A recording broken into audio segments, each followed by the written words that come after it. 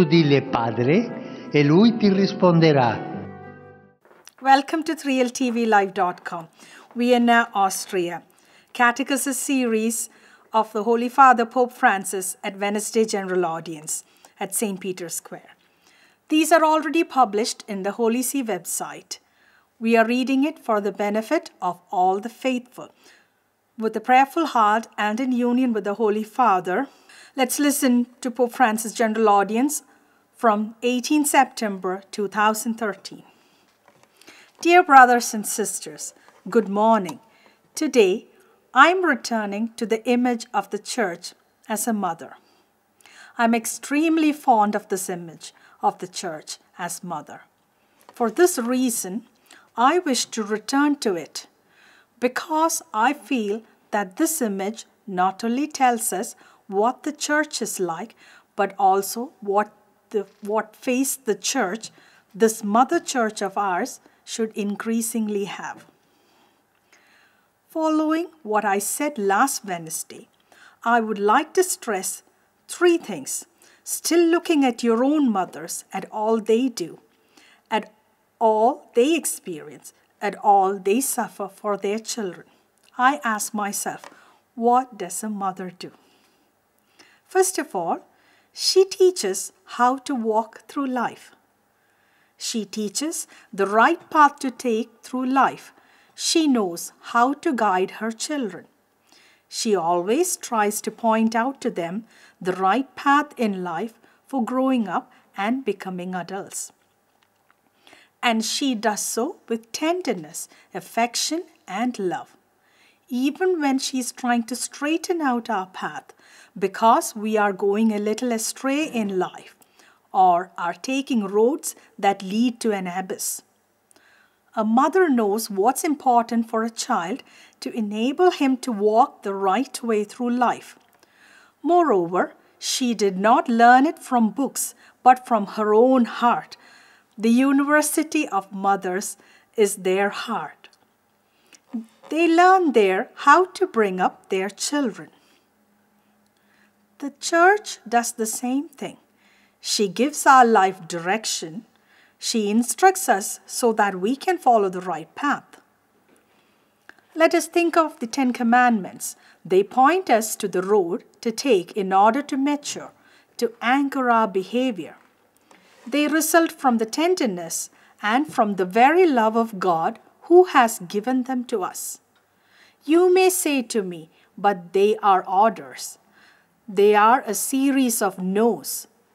I would like to ask you to read them.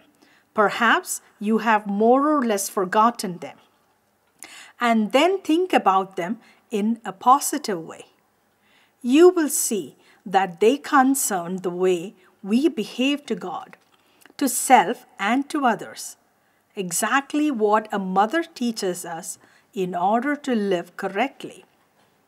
They ask us not to make ourselves material idols that subsequently enslave us. They ask us to remember God, to show our parents respect, to be honest, to respect others.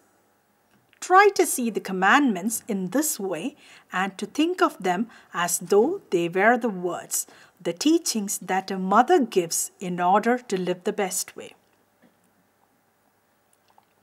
A mother never teaches what is evil. She only wants the good of her children, and so does the Church. Secondly, I want to tell you, when a child grows up, becomes an adult, he chooses his path, assumes his responsibilities, stands on his own 2 feet, does what he likes, and at times he can also go off course. Some accident occurs. A mother has the patience to continue to accompany her children, always and in every situation. It is the force of her love that impels her. A mother can follow her children on their way with discretion and tenderness, and even when they go astray, always finds a way to understand them, to be close, to help. We, in my region, say that a mother can dare la cara. What does this mean? It means that a mother can put on a brave for her children. In other words, she's always motivated to defend them. I'm thinking of the mothers who suffer for their children in prison or in difficult situations. They do not question whether or not their children are guilty. They keep on loving them. Mothers often suffer humiliation, but they are not afraid. They never cease to give of themselves. This is how the church is. She is a merciful mother who understands, who has always sought to help and encourage even those of her children who have erred or are erring. She never closes the door to home. She does not judge, but offers God's forgiveness. She offers His love, which invites even those of her children who have fallen into a deep abyss to continue on their way. The church is not afraid to enter their darkness, to give them hope, nor is the church afraid to enter our darkness when we are in the dark night of our soul, and our conscience to give us hope, because the church is mother. A last thought. For her children, a mother is also able to ask and knock at every door. Without calculation, she does so out of love. And I think of how mothers can also and especially knock at the door of God's heart. Mothers say so many prayers for their children, especially for the weaker ones, for those in the greatest need, or who have gone down dangerous or erroneous paths in life. A few weeks ago, I celebrated Mass in the Church of St. Augustine here in Rome, where the relics of Saint Monica, his mother, are preserved. How many prayers that Holy Mother raised to God for her son, and how many tears she shed. I am thinking of you, dear mothers. How often you pray for your children, never tiring. Continue to pray and to entrust them to God. He has a great heart. Knock at God's heart with prayers for your children. The church does this too. With prayers, she puts in the Lord's hands all the situations of her children. Let us trust in the power of the prayer of Mother Church. The Lord is not indifferent. He always knows how to amaze us when we least expect it, as Mother Church knows. These were the thoughts I wanted to share with you today. Let us see the church as a good mother who points out to us the way through life, who is always patient, merciful, understanding, and who knows how to put us in God's hands. To special groups, I offer an affectionate greeting to all the English-speaking pilgrims and visitors present at today's audience. In a particular way, I welcome the interministerial delegation of the Vietnamese government for religious affairs. I welcome also those from England, Scotland, Ireland, Norway, India, Canada, and the United States.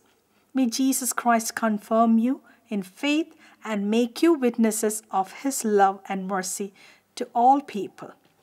May God bless you.